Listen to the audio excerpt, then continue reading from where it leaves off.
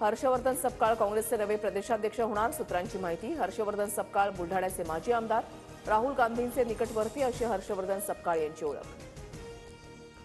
सुरेश धस उद्या अजित पवारांची भेट घेणार, बीड जिल्ह्यामधील 5 वर्षातील नियोजन विभागाच्या प्रशासकीय मान्यतांची चौकशी करण्याची मागणी करणार।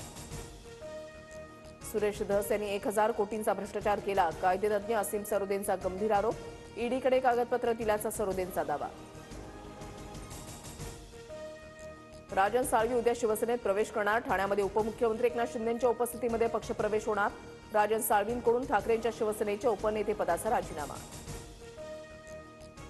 कोकणात भाजपचा ठाकरे गट आणि काँग्रेसला धक्का, कुडाळमधील 9 नगरसेवकांचा भाजपमध्ये प्रवेश, ठाकरे गटाच्या 7 तर काँग्रेसच्या 2 नगरसेवकांची पक्षाला सोडचिठ्ठी।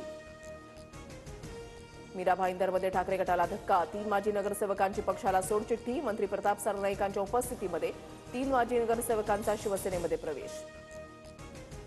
सिंधुदुर्ग जिल्ह्यात फक्त महायुतीच्या पदाधिकाऱ्यांनी निधी मिळणार, मविया आणि ठाकरे गटाच्या सरपंचांना निधी मिळणार नाही, उरलेल्यांना भाजपमध्ये प्रवेश करावा लागणार, पालकमंत्री नितेश राणेंचं वक्तव्य।